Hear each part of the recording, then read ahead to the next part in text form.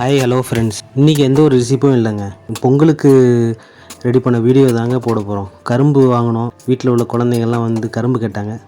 சரியான குளிராக இருக்குது. நம்ம வந்து பிள்ளைங்களுக்கு எப்படி கொடுக்கணுமோ அதை மாதிரி எல்லாத்தையும் அந்த சேனையெல்லாம் எடுத்துகிட்டு சூடு காட்டி அதை மாதிரி கொடுக்கலான்னு வந்து இப்போ ஒன்று ஒன்றா வந்து எடுத்துகிட்ருக்கோம். கரும்பு ஜூஸ் வந்து குழந்தைங்களுக்கு கொடுக்குறது ரொம்ப நல்லதுங்க. அதை விட இந்த பொங்கல் நேரத்தில் அந்த விளையக்கூடிய அந்த கருப்பு கரும்பு இருக்குங்களே, அதில் ரொம்ப ஃபைபர் அதிகமாக இருக்குது. குழந்தைங்களுக்கு கொடுக்கும்போது பல்லுக்கு ரொம்ப நல்லது. பெரியவங்க வரையும் சின்னவங்க வரையும் பெரியவங்க வரையும் பல்லுக்கு நல்லதுங்க. பச்சை கரும்பு அந்த ஆழக்கரும்புலாம் இருக்குல்ல, அதில் வந்து ஃபைபரே இருக்காது. குடிச்சிட்டே இருக்கலாம். ஆனால் சுகரு, டயபெட்டிஸு எல்லாமே வந்துடும்.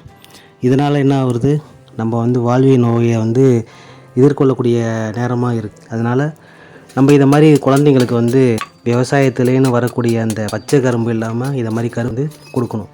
நான் குழந்தைங்களுக்கு கொடுக்கறதுனால இதை மாதிரி சின்னதாக வெட்டி நான் கொடுக்குறேங்க. அதுதான் வெட்டிகிட்ருக்கேன்.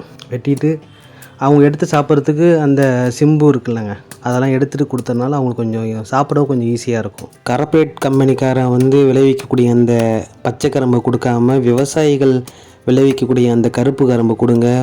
வரக்கூடிய காலகட்டத்தில் அந்த கருப்பு கரும்பு அழிஞ்சிக்கிட்டு வருது.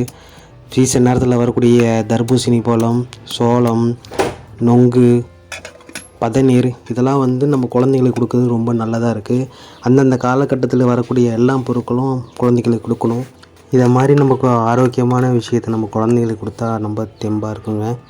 இதை மாதிரி ஹெல்த்தி டிப்ஸு வேணும்னா நம்மளை ஃபாலோ பண்ணுங்கள், சப்ஸ்கிரைப் பண்ணுங்கள், உங்கள் ஃப்ரெண்ட்ஸ் அண்ட் ஃபேமிலிக்கு வந்து ஷேர் பண்ணுங்கள். நீங்களும் உங்கள் வீட்டில் செஞ்சு பாருங்கள், கமெண்ட் பண்ணுங்கள்.